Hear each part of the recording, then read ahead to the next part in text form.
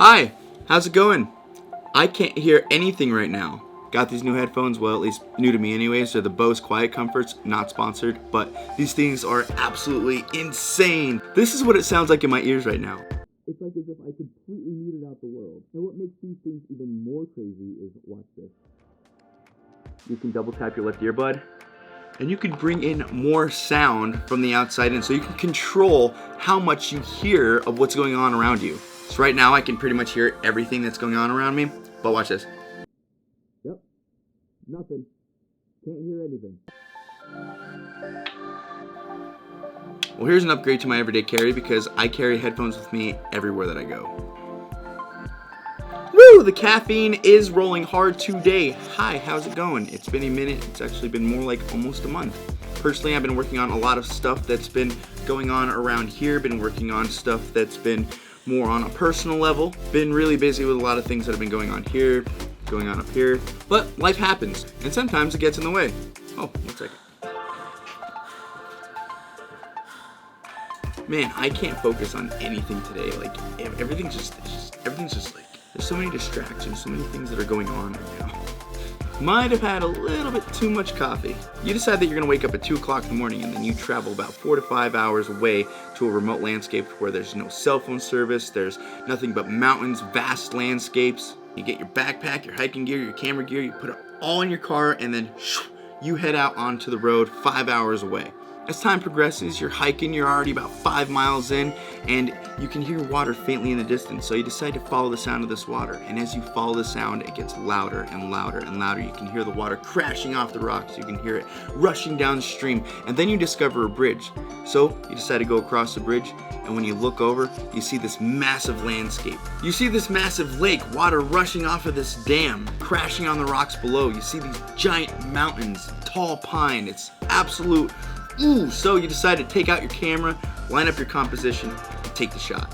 After said trip, you head home, dump your photos into the computer, import them into Lightroom, and then you get to editing. You start by fixing your horizon, then you fix your exposure, add some contrast, some clarity, a little bit of texture, get your saturation and vibrance where you want it, your color grade, and then after all said and done, you think to yourself, what can I do to make this photo just a little bit better? How can I make this thing more dramatic? How can I make my photo stand out more? How can I add more mood, more drama? How can I direct the viewer more towards my subject? I'm gonna show you how you can do it by using these little tools that can make a huge impact on your photos. We're talking about masks. I use these things all the time and they are so effective, you wouldn't believe how easy it is to use them. We're gonna turn this raw into this finished photo. Now, masks allow you to isolate and select certain parts of your photo that you wish to edit. Maybe you want to only work with someone's face and you want to fix the skin tones, or you want to brighten their eyes or brighten their smile. Or maybe you want to darken the upper and lower thirds of your photo so then that way it drives more focus towards the middle. Or maybe you want to create something like a custom vignette and really dial in and drive focus towards your subject. Maybe it's a product of some kind, or maybe it's a portrait, or maybe it's a mountain of a vast landscape. You can pretty much do all of these and more with masks. The sky is the limit. A linear or a gradient mask is a mask that is, well, linear, or you can use it as a gradient. And you can use this mask by clicking on this tool here, and then click in the section of your photo that you want to apply the mask, and then hold and drag that mask out in the direction of where you want the mask to go. Now keep in mind, the more that you stretch that mask, the more it will feather. The best way that I can explain feathering is, how does your mask blend into your photo? Do you want it to blend nice and softly into your photo to where it's seamless, or do you want a harsh cut? Keep in mind, feathering works like this with all masks. In this case, I want to darken the sky a little bit, so what I'm going to do is I'm going to click on the upper left corner of this photo and I'm going to feather it all the way down towards the tree line on the right. But if you look, not only the sky is being affected here, the mountains and the trees and some of the lake are also being affected. So how do you fix this? You click on the brush tool here, and then you go down to range mask, and then you click on color. And then what you can do is you can click on this eyedropper tool here, and then you can click on the sky, and then everything that is within that color will be selected. Now that I applied the mask, anything that I adjust within these sliders are only going to affect the masked area. So if I wanted to bring up the exposure of the sky and make it a little bit brighter, I would just bump up the exposure. But in this case, I want to make it a little bit darker, so I'm going to bring down the exposure a little bit. There's also a luminance option, so if you click on the luminance option and then you use the eyedropper tool, everything will be based off of the brightness or the luminance of what you are selecting. Keep in mind, if you're using this range mask tool and the things that you're looking to select aren't as accurate as you want them to be, you can play around with this amount slider and really dial in what you want to be masked. I also want to bring more attention to the lake and the mountains, so I'm going to apply another mask, and then I'm going to bring it up from the water and then bring down the exposure. Another great thing about this brush tool is, see these rocks right here? Well, I don't want them to be selected, so what I'm going to do is I'm going to actually deselect them, and you can deselect them by using this brush. And how you do that is by holding Alt or Option on your keyboard, and then you just brush away what you don't want to be selected.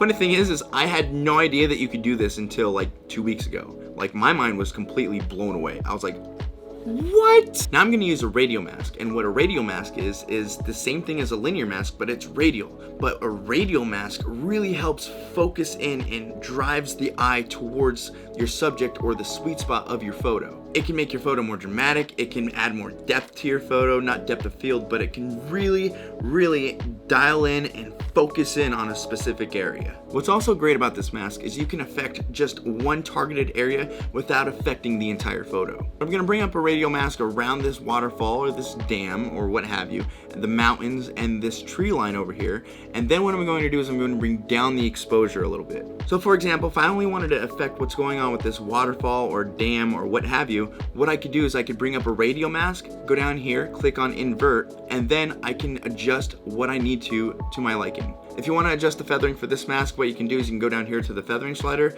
and as you bring the feathering up, it makes the feather more soft, but as you bring it down, it makes it more harsh. Now I'm going to use the adjustment brush, and what the adjustment brush is basically a pen, and you can draw over whatever you want to be selected, and you can adjust it to your liking. In this case, I'm going to brighten these trees up because they're a little too dark. And not only can you highlight over a certain area, let's say that you want to fix the exposure of a really dark tree line, or maybe you want to correct the skin tones of somebody, or maybe you want to brighten someone's eyes or whiten someone's teeth, but you can really think outside the box and be super creative, because you can create fake sun flares for sunrise and sunset shots. You can turn on car headlights or motorcycle headlights that were never even on in the first place. Or let's say that there's a building off in the distance and you want to turn some room lights on and it makes the scene seem more alive, or that there's more going on. There's so much that you can do with this little brush tool. It's insane. And there we have it. This is the raw photo, and this is the photo that we ended up with. But as I said earlier, the amount of things that you could do when you think outside the box and just think creatively with these tools is crazy. There's so much that you could do, and you can really enhance your work. But give these tools a try. I would love to see what you can do with them. Really think creative and think outside the box. If you want, go on Instagram, hashtag Mikey's Masked Edits, and I'll stop by and I'll check out your work. But that is it for me today, folks. I hope that you enjoyed this video. I hope that you learned something. I hope that you got something from it. If you did, and you did like this video, you know what to do. Like, comment, we can talk, we can converse, what have you. Let's be friends. And of course, if you have not yet, you should subscribe. Oh, and don't forget, just explore. I'll catch y'all on the next one, folks. Peace.